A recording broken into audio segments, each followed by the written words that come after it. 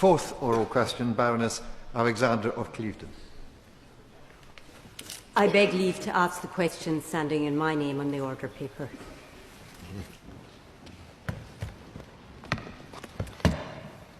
My Lords, while Pakistan's judicial processes are, of course, a matter for Pakistan, we are clear that the Pakistani authorities need to respect fundamental freedoms, including the right to a fair trial, due process, humane detention and access to appropriate medical treatment. This applies to Imran Khan, as it does to all Pakistan citizens.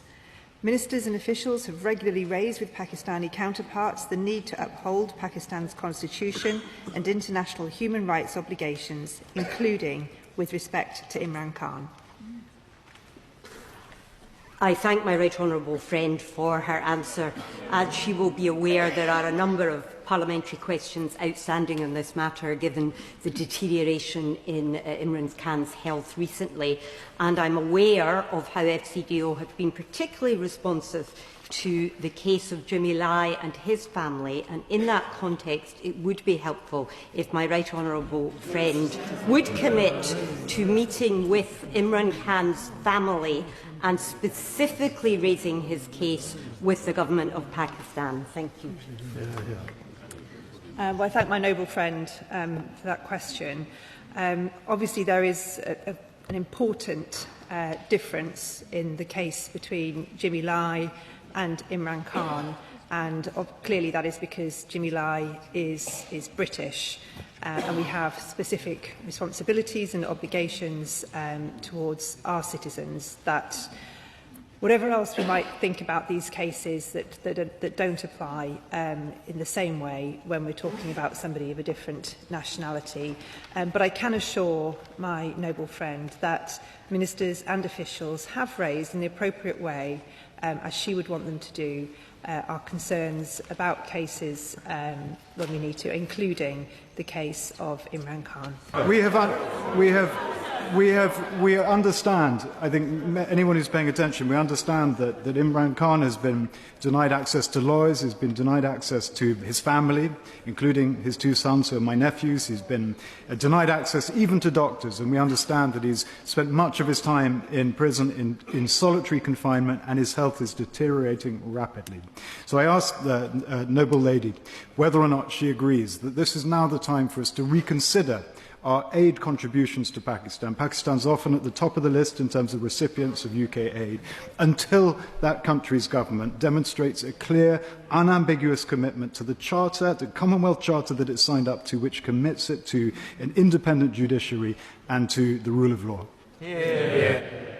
It's important, and we maintain this position for all of those held in prison, that people do get access to healthcare and to their families, and we think we've made that case, and we will continue to make that case, because that is consistent with the position of this government and the previous government as well, and we'll continue to do that. He asks about our development spending. He will know, obviously, that we made a decision around this time last year to cut our development spending by around 40%, and we will be making further announcements about the detail of that and what will be happening in which countries and what it will be spent on very, very shortly. Well, in addition to the health concerns of Imran Khan, the Pakistan government also prosecuted and sentenced many opposition figures who demonstrated against the government. And there is significant worry about the extent of the state capture of the Pakistan economy, of the military. In the trade dialogue, the UK-Pakistan trade dialogue, which was announced in July last year, there was regrettably no reference to human rights. So can the Minister reassure the House that in our trading relationship, we are recognising human rights as a critical part of that, and we are not offering preferential market access to the very military enterprises that are committing human rights concerns? We have very real concerns about the use of military courts and the lack of transparency in the way that they operate and their inappropriate use. And we do discuss this, as he would want us to do, with the government of Pakistan. I think that having a flourishing trading relationship is a very helpful thing when it comes to being able to raise effectively these matters, and I take on board completely his point about our need to make sure that human rights are integral when we make these decisions. My Lords, just following on from the question of my noble friend Lord Goldsmith. Keep going. We have plenty of time. We'll give the Noble Lord first, then we'll come to the Labour benches. No, thank the Chief Whip. Following on from the question of my noble friend Lord Goldsmith, specific facilitation can be done. The noble lady, the Minister, for whom many in the House, if not all, have great respect, can practically help to facilitate the access for British citizens. Suleiman and Qasim, the sons of Imran Khan, are British citizens. So I'd ask the noble lady to please use her best offices to ensure that facilitation of two sons meeting their father can be done, particularly as he's now receiving the most acute and important medical treatment that he needs on the decision of the courts of Pakistan to ensure that medical attention is also supported by family access of his own two sons. Well, we would wish that those imprisoned, particularly when they're undergoing such intensive medical treatment, as I believe has happened, and I think an operation took place in January, which I believe to have been successful, and there's been further treatment since.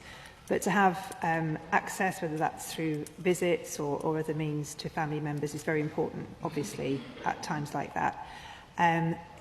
This is slightly complicated by the fact, clearly, as he will appreciate, that decisions around the immigration system into Pakistan are controlled by the Pakistani government. But we would make the case in a general sense that when somebody is held in this way, that actually access to family, and that is something that that we would want to see happen for anybody held in these sorts of circumstances.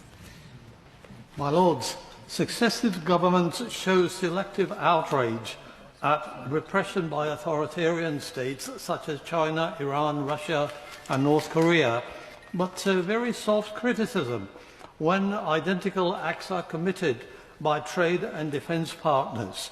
The government has the tools. It can exert pressure on the army generals controlling Pakistan by ending aid and imposing trade sanctions, but it hasn't. So my question for the Minister is, can she refer me to any moral principle which is guiding the government's foreign policy? I don't think it would be the right thing to do to end all aid to Pakistan. The government, that is not the government's position, and that's my view. And I say that because the need is there, because the British interests are there, because the climate impact is there, because of counter-terrorism issues that we work alongside the Pakistani government to tackle, which I would say is absolutely in the interests of this country. Lib Dems.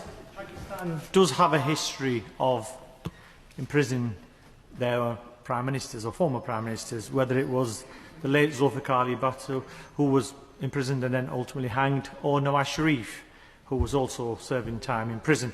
And in the case of Nawaz Sharif, in November 2019, the UK government did allow Nawaz Sharif to come to the United Kingdom to receive medical treatment. So my question to the Minister is, if the family and the party members of Imran Khan were to put a similar request in, what would His Majesty's government's response be?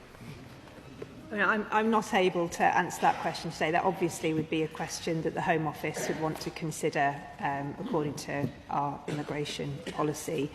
But I would just remind Noble Lords, in case anybody gets the idea that Pakistan is the only country with which we have concerns about rule of law and democracy, and that we do close business with around the world. I mean, there are many places, sadly, where former leaders do find themselves imprisoned, and we don't condone it, but we have a relationship with Peru, for example, for many important reasons to do with security and the environment. But you know, we are not in a situation where we only conduct international relations with countries that adhere completely to our values and run their countries in the way that we would like to see ours run.